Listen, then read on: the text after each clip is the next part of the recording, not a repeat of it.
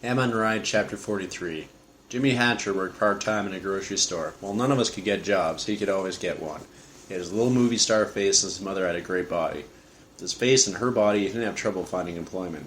"Why don't you come up to the apartment after dinner tonight?" he asked me one day. "What for?"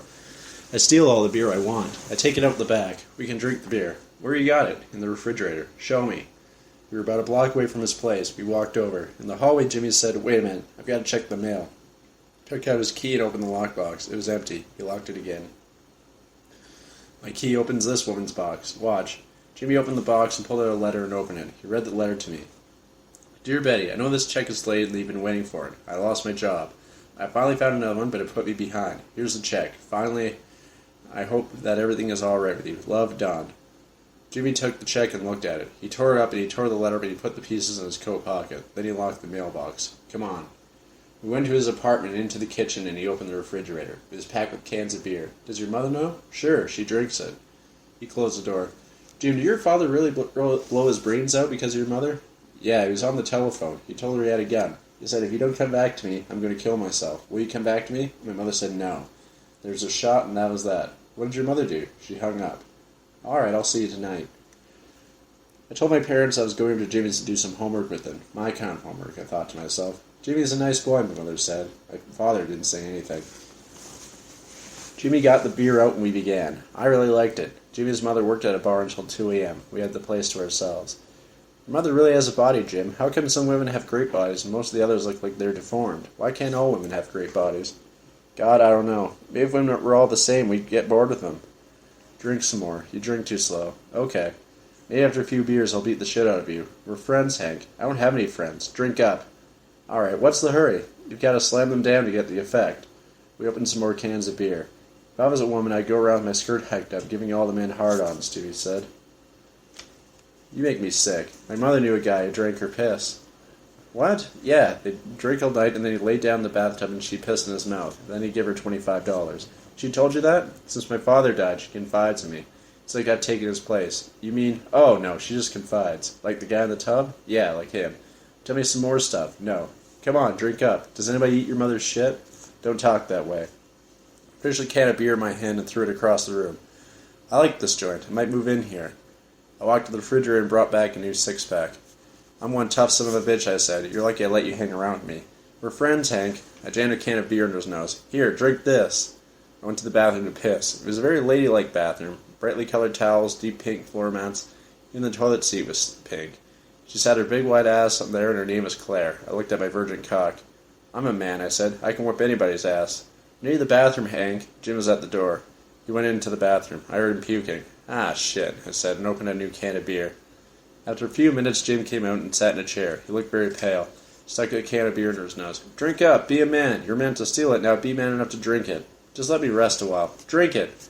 I sat down on the couch. Getting drunk was good. I decided that I would always like getting drunk. It took away the obvious, and maybe if you could get away from the obvious often enough, you wouldn't become obvious yourself. I looked over at Jimmy. "Drink up, punk." I threw my empty beer can across the room. "Tell me some more about your mother, Jimmy boy. What'd she say about the man who drank her piss in the bathtub?" "She said that there's a sucker born every minute." "Jim, Drink up. Be a man."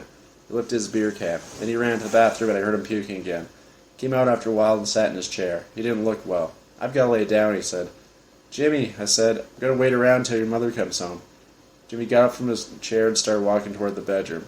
"When she comes home, I'm going to fuck her, Jimmy." He didn't hear me. He just walked into the bedroom. I went to the kitchen and came back with more beer. I sat and drank the beer and waited for Claire. Where was that whore? I couldn't allow this kind of thing. I ran a tight ship. I got up and walked in the bedroom. Jim was face down the bed, all his clothes on, his shoes on. I walked back out. Well, it was obvious that boy had no belly for booze. Claire needed a man. Sat down and opened another can of beer. I took a good hit. I found a pack of cigarettes on the coffee table and lit one. I don't know how many more beers I drank waiting for Claire, but finally heard the key in the door and it opened. There is Claire with the body and the bright blonde hair. That body stood in those high heels and it swayed just a little.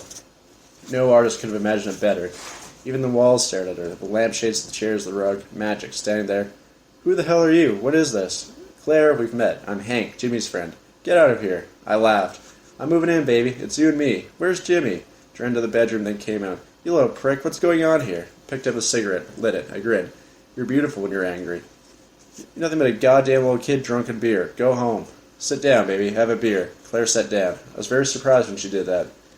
You go to Chelsea, don't you? She asked. Yeah, Jim and I are buddies. You're Hank. Yes. He's told me about you. I handed Claire a can of beer. My hand shook. Here, have a drink, baby. She opened the beer and took a sip. I looked at Claire, lifted my beer, and had a hit. She was plenty of woman, a Mae West type, wore the same kind of tight-fitting gown, big hips, big legs, and breasts, startling breasts. Claire crossed Wonder's legs, a bit of skirt falling back. Her legs were full and golden, and the stockings fit like skin. I've met your mother, she said. I drained my can of beer and put it down by my feet. I opened a new one, took a sip, then looked at her, not knowing whether to look at her breasts or her legs or into her tired face. I'm sorry that I got your son drunk, but I've got to tell you something. She turned her head, lighting a cigarette as she did so, then faced me again. Yes? Claire, I love you. She didn't laugh. She just gave me a little smile, the corners of her mouth turning up a little. Poor boy. Nothing but a little chicken just out of the egg. It was true, but it angered me. Maybe because it was true. The dream and the beer wanted it to be something else. I took another drink and looked at her and said, Cut the shit. Lift your skirt. Show me some leg. Show me some flank.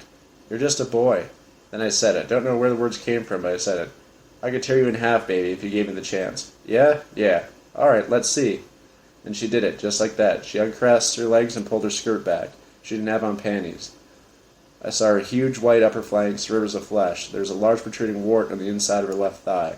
And there was a jungle of tangled hair between her legs, but it was not bright yellow like the hair on her head. It was brown and shot with gray, all like some sick bush dying, lifeless and sad.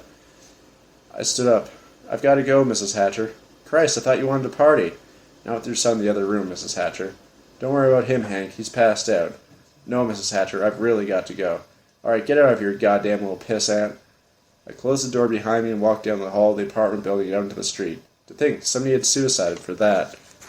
The night suddenly looked good. I walked along towards my parents' house.